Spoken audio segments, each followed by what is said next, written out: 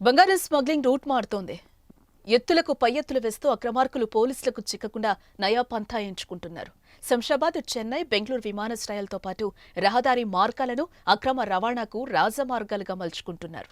దొరికితే దొంగలు లేదంటే దొరలు లెక్కన స్మగ్లర్లు తమ రూటు మార్చి బంగారాన్ని స్మగ్లింగ్ చేస్తున్నారు. అలాంటి ఘటనే ఇక్కడ ఒకటి చోటు చేసుకుంది.